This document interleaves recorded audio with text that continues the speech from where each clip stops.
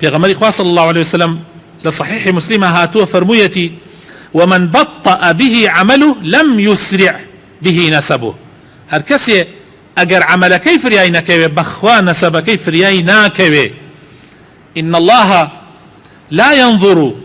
إلى صوركم ولا إلى أموالكم خوای تعالى تەماشای دیمەن و جلو بەرگ و ئەمانە ناکا تەماشای پارە و پول و سیارە و قەسر و ئەمانە ناکا ئەمانە هەمووی هیچ نییە هەر نەفەسەکەت بڕیاتۆ خاوەنی ئەوانە نیت هەر خاوەنیشی نەبووی بەرلەوە بەس تۆ شەیتان خەڵەتانتی و ئەزانی فڵان و مڵکی تۆ فڵان شت مڵکی تۆیە ولكن ينظر إلى قلوبكم وأعمالكم خوای تعالى تەماشای دڵ و کردەوەکانتانەکە خۆشەویستەکانم بۆیە ئێمەی مسلمان ئەبێ ئاگامان لە خۆمان بێ زۆر جار ئەم شتانە خەڵکە خەڵەتێنێ زۆر جار حەدیثێکەیە زۆر جار من عرزم کردن حەدیثێکی صحیحە ئیمامی بوخاری ئیگەڕێتەوە پێغەمبەری خوا صلی الله علیه وسلم دانیشت بوو لەگەڵ کۆمەڵێ خەڵکە کابرایەک تێپەڕ بوو لەوێیە بە بەردەمیانە فەرمووی ئێوە ڕێیتان چۆنە بەم زەلامە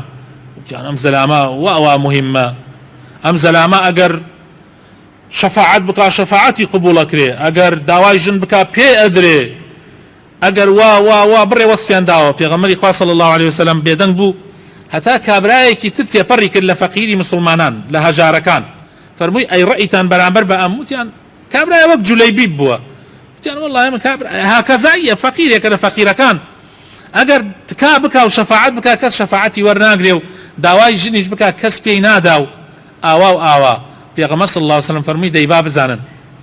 یەک کەسێک لەو ئیماندارە فەقیرە لە لای خوای تعالی بەڕێزترە لە پڕ زەویەک لە ئەوە بەس ئێوە قیاسەکانتان لێ تێک چووە ئێوە شتەکانتان لێ تێکەڵ بووە